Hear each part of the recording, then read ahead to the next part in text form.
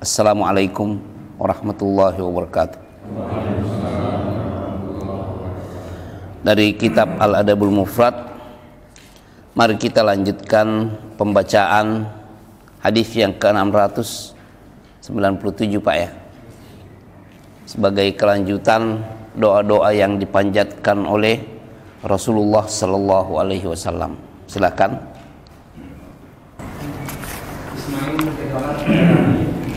Ismail berkata, Malik berkata kepadaku dari Abu Zubair dari Taus al-Yamani dari Abdullah bin Abbas apabila Rasulullah SAW bangun untuk sholat di tengah malam, beliau mengucapkan Allahumma lakal hamdu anta nurus samawati wal ardi wa man fihinna wa lakal hamdu anta qayyimus samawati wal ardi wa lakal hamdu anta rabbus samawati wal ardi wa man fihinna antal haqqu wa wa'dukal haqq wa liqa'ukal haqq wal jannatu haqq wan naru haqq was sa'atu haqq Allahumma aslamtu wa bika amantu wa 'alaika tawakkaltu wa ilaika anabtu wa bika qasamtu wa ilaika hakamtu faghfirli ma qasamtu wa ma akhfartu wa ma asraftu wa ma a'lantu anta ilaihi la ilaha illa anta. Ya Allah, segala puji bagimu, Engkau adalah cahaya langit dan bumi dan apa yang ada di dalamnya. Segala puji bagimu, Engkau adalah pengurus seluruh langit dan bumi. Segala puji bagimu, Engkau adalah Rabb seluruh langit dan bumi dan apa yang ada di dalamnya. Engkau adalah benar, janjimu benar, perjumpaan dengan benar, surga itu benar, neraka itu benar, dan kiamat itu benar. Ya Allah, kepadamu aku berserah, kepadamu aku beriman, kepadamu aku bertawakal, kepadamu aku kembali, dengan hujahmu aku berbantah, dan kepadamu aku berhukum. Maka ampunilah aku atas dosa apa yang telah aku lakukan dan yang akan aku lakukan, apa yang aku sembunyikan dan aku tampakkan. Engkau adalah ilahku atau sembahanku, tidak ada ilah yang berhak diibadahi dengan benar kecuali Engkau. Ya, kalau kita menengok di sejumlah kitab fikih dan juga sejumlah kitab-kitab yang menjelaskan sifat salat Nabi Sallallahu Alaihi Wasallam, maka sebagian ulama menganggap ini adalah doa, dan seperti yang ada kan, ini doa yang beliau ucapkan Sallallahu Alaihi Wasallam ketika bangun untuk tahajud, dan dianggap bahwa ini adalah doa istiftah. Kalau biasanya di salat-salat wajib kita membaca Allahumma ba'id baini wa baina khataayaya, atau wajjahtu wajhiya lilladzi fataras samawati wal ard, atau yang lainnya, maka ini termasuk yang disyariatkan pada waktu bangun untuk salat lail. Di sini isinya penuh dengan permasalahan akidah yang harus dibahas di sini. Ibnu Abbas, Abdullah bin Abbas radhiyallahu anhuma, meriwayatkan kana Rasulullah sallallahu alaihi wasallam idza qama ila sholati min jawfil lail, Nabi sallallahu alaihi wasallam apabila bangun untuk sholat di tengah malam, jawfil lail itu tengah malam. Nah, ini menunjukkan bahwa qiyamul lail itu sebenarnya disyariatkan untuk dilakukan setelah tidur. Makanya Nabi Shallallahu Alaihi Wasallam pada umumnya tidur sesudah isya, dan ada hadis yang disahihkan oleh para ulama bahwa annahu sallallahu alaihi wasallam karihal haditha ba'dal isya. Beliau tidak senang untuk berbicara sesudah isya. Ini menunjukkan bahwa begadang itu sebenarnya tidak menguntungkan, Pak, kecuali kalau memang ada yang sesuatu yang mengharuskan, ya mungkin itu secara terbatas dibolehkan. Karena memang Allah menjadikan malam itu sebagai waktu untuk beristirahat. Waja'alna naumakum subata waja'alna al-laila libasa. Jadi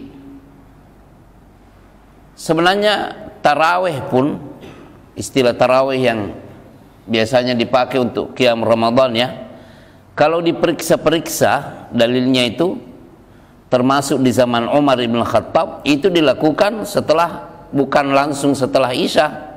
Kalau sekarang ini kan disambung ya, berangkat untuk sholat Isya sekaligus untuk tarawih. Padahal kalau digali ini hadis-hadis, coba antum buka Sahih Al-Bukhari kitab tahajud atau kitab tarawih. Di situ Umar bin Khattab itu bukan menyambung antara Isya dengan di jam-jam tertentu beliau keluar. Begitupun di zaman sejak kapan dipindahkan dan bersambung dengan Isya, wallahu alam.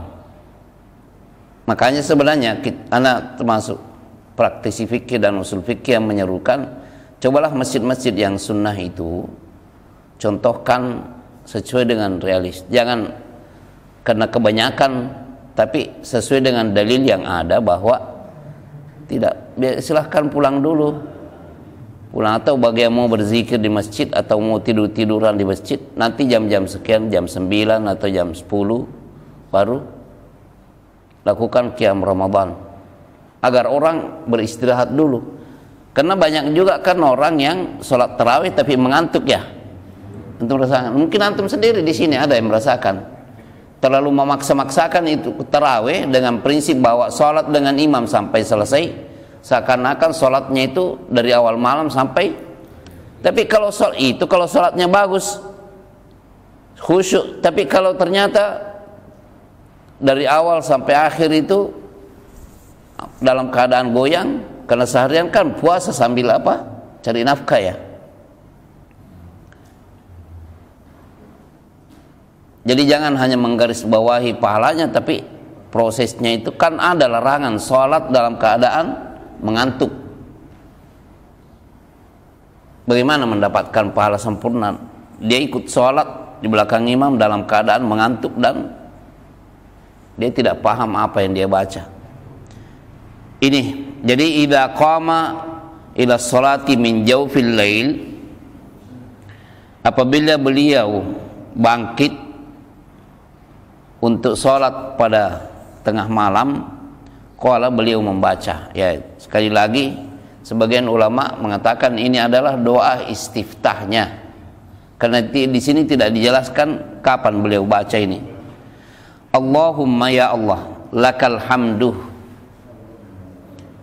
bagimu segala pujian. Kalau dikatakan mengapa Allah terpuji, kalau bersyukur lainnya, syukur itu terkait dengan karunia Allah kepada kita dalam bentuk kesehatan, dalam bentuk harta, dalam bentuk pelampiasan nafsu kepada pasangan yang halal, kemudian dalam bentuk semua nikmat. Bersyukur namanya. Tetapi alhamdulillah, ini manusia mau bersyukur semuanya atau semua mau kufur, tetap Allah terpuji. Mengapa terpuji? Karena dialah yang mengadakan segala-galanya dan menguasai segala-galanya. Allah yang terpuji. Walahul hamdu fis samawati wa fil ard. Baginya lah segala pujian yang ada di semua tingkatan langit dan bumi. Karena yang mengadakan dan menciptakan Dia. Bukan hanya itu, tapi mengatur dan menguasai. Setiap insan ditetapkan kamu lahir segini, umurmu nanti cuma segini, rezekimu cuma segini, dan seterusnya. Termasuk jumlah istrimu cuma segini. Iya. Anta nurus samawati wal ard, engkaulah pencipta pengada semua cahaya yang ada di semua lapisan langit dan bumi. Waman fihinna, dan apa-apa yang ada di dalamnya, di dalam lapisan bumi, di dalam lapisan langit, Allah yang memberikan cahaya.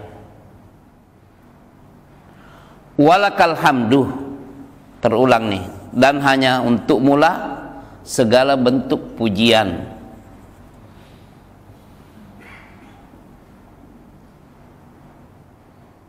Jadi pujian ini hanya kepada Allah.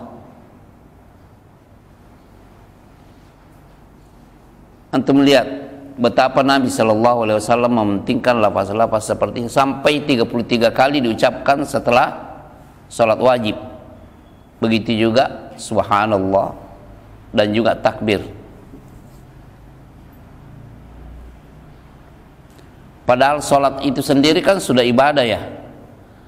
Tapi Nabi Shallallahu Alaihi Wasallam tetap mengajarkan jangan langsung kabur. Tapi ada zikir yang Anda ucapkan, termasuk memulai dengan istighfar 3 kali. Menunjukkan kesinambungan zikir ini. Termasuk ucapan hamdalah sebagai bentuk pujian semata-mata kepada Allah Subhanahu wa taala. Anta qayyamus samawati wal ard, engkaulah pengurus, penentu, penguasa yang memperhatikan semua urusan langit dan bumi dan isinya. Tidak ada yang terlepas, dan ini tercakup dalam ayat kursi, Allahu la ilaha illa huwa. Allah itu tidak ada yang hak diibadahi selain Dia. Hanya Allah yang hak diibadahi. Kalau ada yang diibadahi selain Allah, itu tidak hak. Al-Hayyu, yang maha hidup. Kalau makhluk hidup pernah diawali dengan ketidakberadaan, kemudian diakhiri dengan kepergian. Tapi Allah, kehidupan yang terkandung di dalam nama Allah adalah kehidupan yang sempurna, yang tidak diawali oleh ketidakberadaan dan tidak diakhiri dengan kepergian. Artinya tidak pernah tidak ada. Beda dengan makhluk. Kalau makhluk harus diciptakan, namanya juga makhluk. Tapi ini Al-Khaliq, penciptanya. Walakal hamdu, lihat terulang lagi ucapan pujian. Anta rabbus samawati wal ard wa man fihinna, engkaulah Rabb bagi semua lapisan langit dan lapisan bumi dan apa-apa yang ada di dalamnya. Kalau ada makhluk yang belum kita ketahui di langit sana, yaitu diketahui oleh Allah Subhanahu wa taala. Rabb di sini, lihat rububiyah ya. Kalau dikatakan Rabbul Alamin, apa artinya Pak? Semua alam semesta. Apa arti Rabb di sini? Lihat ya. Penciptanya, pengaturnya, penentunya. Begitu kalau diciptakan berarti akan hancur juga kan pada hari kiamat. Allah yang menentukan semuanya. Tidak ada sesuatu yang terlepas dari rububiyah Allah Subhanahu wa taala. Termasuk daun-daun yang berguguran tetap masuk dalam pengawasan dan pengaturan Allah Subhanahu wa taala. Semua makhluk yang kita tidak ketahui begitu banyak di dalam laut, karena laut masuk dalam lapisan bumi Pak ya. Tumbuh-tumbuhan yang ada di dalamnya, makhluk-makhluk jenis ikan dan ular yang ada di dalamnya. Kita tidak ketahui semua bentuk dan nama-namanya. Semua tidak terlepas dari pengawasan dan kekuasaan Allah Subhanahu wa taala. Makanya disebutkan di dalam Al-Qur'an, tusabbihu lahus samawati sab'u wal ardu wa man fihinna. Bertasbih kepada Allah semua lapisan bumi dan semua lapisan langit dan semua lapisan bumi. Wa man fihinna, dan semua yang ada di dalamnya. Bertasbih. Oleh karena itu, seperti yang kita sudah bacakan dalam pertemuan sebelumnya dari Sahih Muslim, kalau beliau bangun langsung membaca apa? Setelah berwudu dan bersiwak, apa yang dibaca? Inna fi khalqis samawati wal ard wa ikhtilafil laili wan naharil ayat. Jadi di antaranya, Rabbana ma khalaqta hadza batila. Ya Allah, Engkau tidak menciptakan semua yang ada ini dengan sia-sia. Karena semuanya bertasbih kepada Allah, mensucikan Allah. Tapi walakin la tafqahuna tasbihahum. Cuma akan tetapi kalian tidak paham apa tasbihnya mereka ini. Makanya Rasulullah SAW juga mengajarkan kepada kita berakhlak terhadap makhluk lain, kepada binatang, kepada pohonan, termasuk kepada sesama makhluk di kalangan jin. Apa contohnya, Pak? Berakhlak kepada jin yang kita tidak lihat. Ada kan, kalau tidak ada air, kita buang air besar atau buang kecil, tidak ada air, memakai apa? Ya, beristijmar namanya kan? Apa namanya istijmar? Mengambil minimal tiga apa? Ya, untuk dipakai berbersih.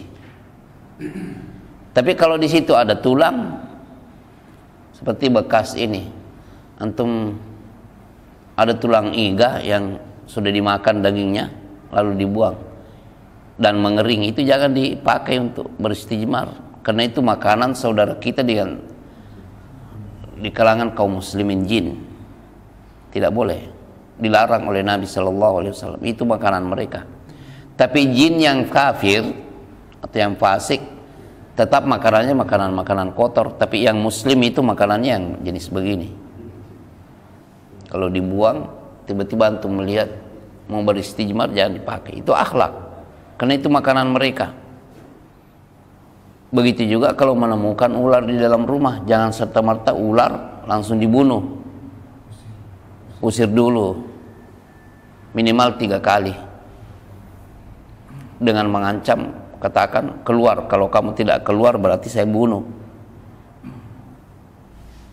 Jadi akhlak terhadap mereka. Makanya para ulama itu mengatakan, kalau Anda mau membuang air panas jangan sembarangan. Jangan sumpama ini air panas langsung main begini-begini aja, jangan. Karena dia khawatirkan mereka ada di situ. Begitu juga sembarangan kencing. Ini akhlak terhadap makhluk yang lain.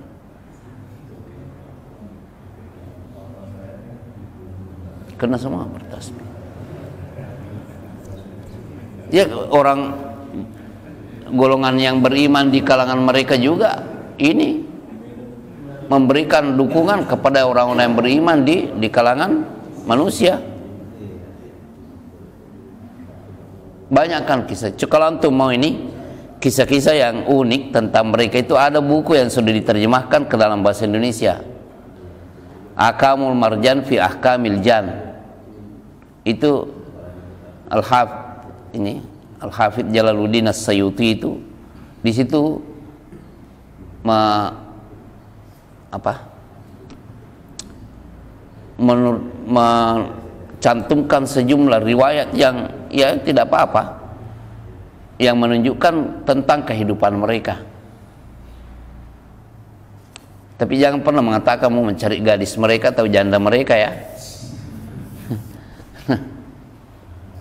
Karena jangan membayangkan sesuatu yang, kalau andaikan sesuatu sejenis itu ibarat ini, kuda dengan himar, kan memang sejenis kan, sehingga kalau saling menikahi itu akan memunculkan penggabungan yang orang terkadang katakan bigal ya.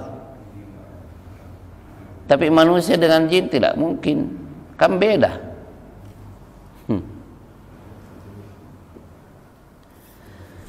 Ya, ini intinya banyak makhluk selain kita yang mereka ini bertasbih kepada Allah Subhanahu wa taala. Nah, antal haq, engkaulah yang maha hak. Ini diantara al-asmaul husna ya, bahwa Allah itu al-haq, yang maha benar. Termasuk firman-Nya Al-Quran, itu harus kita yakini semua hak. Begitu juga wa wa'dukal haq, apa yang Allah janjikan dalam bentuk surga atau neraka atau kehidupan yang baik di dunia dan di akhirat, hak. Innaka la tukhliful mi'ad, sesungguhnya engkau tidak menyalahi apa yang telah engkau janjikan. Waliqa'ukal haq, bertemu denganmu juga hak di hari kiamat, termasuk kekhususan bagi kaum mukminin umat Nabi Muhammad sallallahu alaihi wasallam yang akan masuk surga tetap akan melihat Allah Subhanahu wa taala, dan itulah nikmat di dalam surga yang paling tinggi ketika hamba-hamba Allah yang masuk ke dalam surga melihat kepada Allah Subhanahu wa taala. Wujuhu yauma idzin nadhirah ila rabbiha nadhirah. Pada hari itu banyak wajah yang berseri-seri karena melihat, memandang kepada Rabb mereka. Nikmat yang paling tertinggi ketika hamba-hamba Allah itu sudah melihat Allah Subhanahu wa taala. Wal jannatu haqqun, surga hak, ada. Begitu juga sebaliknya, wan naru haqqun, ada juga neraka. Dan ini komplit sifatnya, keadaannya di dalam hadis-hadis sahih, termasuk di dalam Al-Quran banyak sekali. Makanan mereka, apa yang dimakan oleh penduduk surga, apa yang dimakan oleh penduduk, ada apa yang diminum oleh penduduk surga, apa yang diminum oleh penduduk neraka. Nauzubillah. Wasa'atu haqqun, kiamat juga hak, akan terjadi pasti. Idza syamsu kuwirat wa idan nujumu qadarat wa idal jibalu suyirat, semua dijelaskan. Yauma idzi yasdurun nasu ashtatan liru a'malahum. Al-qari'atu mal qari'ah wa ma adraka mal qari'ah. Yauma yaqumun nasu kal farashil mabthuth wa takunul jibalu kal ihnil manfus. Tetap gambaran tentang hal itu sudah Allah firmankan. Bayangkan kalau utakunul jibalu kal ihnil manfus, gunung-gunung yang begitu besar dan berat seperti apa? Yang berterbangan. Wa idal jibalu suyirat, tidak tetap lagi. Kalau sekarang kokoh bisa ditempati di atasnya, bisa ditanami cengkeh, ditanami pala, ditanami kopi, semua tetap. Tapi pada hari kiamat semuanya akan berterbangan. Dahsyatnya hari kiamat ini, ya, harus diimani ya. Dan diantara ciri-ciri yang harus diimani, pemberitaan dari Nabi Sallallahu Alaihi Wasallam bahwa kiamat terjadi pada hari apa? Dari Jumat.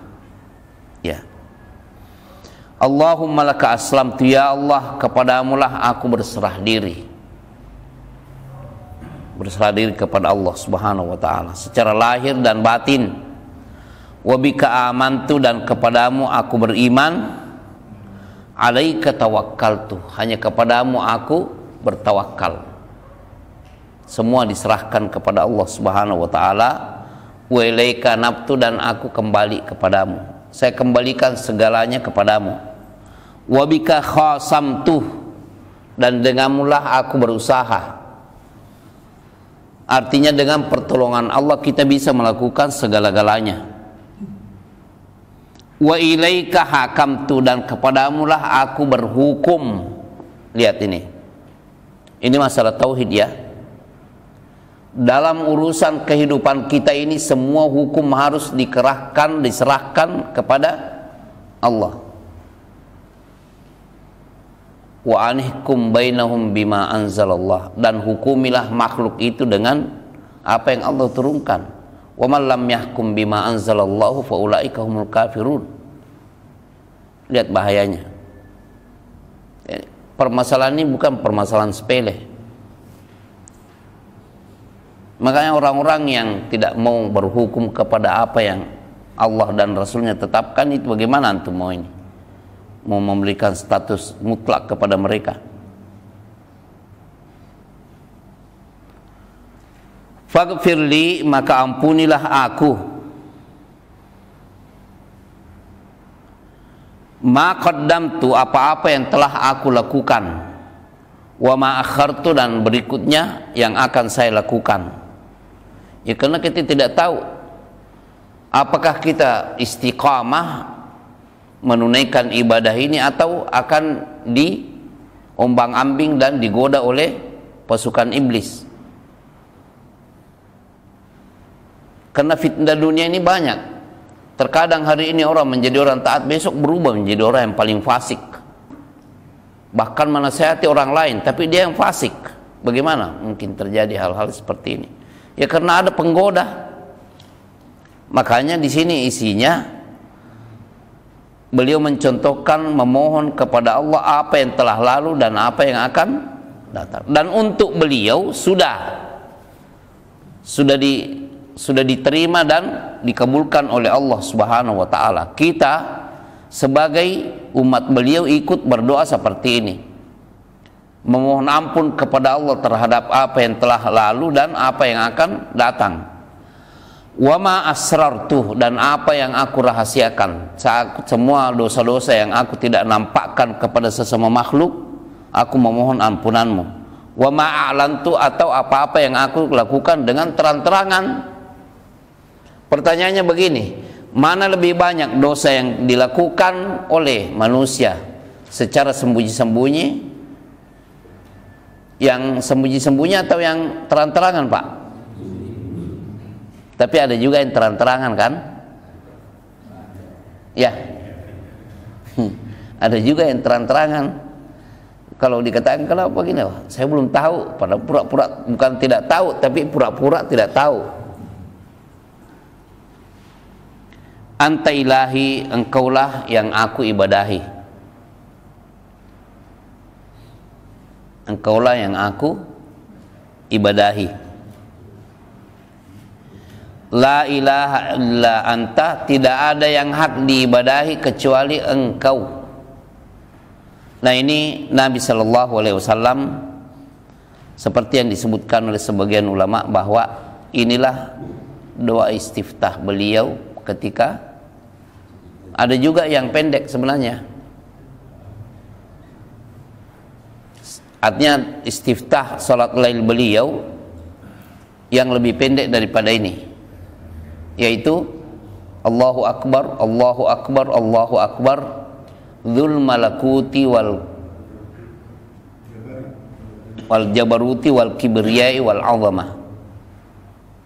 Bertakbir 3 kali, kemudian Dzul malakuti, yang menguasai segala kekuasaan, memiliki semua kekuasaan, wal jabarut, dan juga segala keperkasaan, wal kibriyai, dan keagungan, kebesaran, wal azamah, dan keagungan.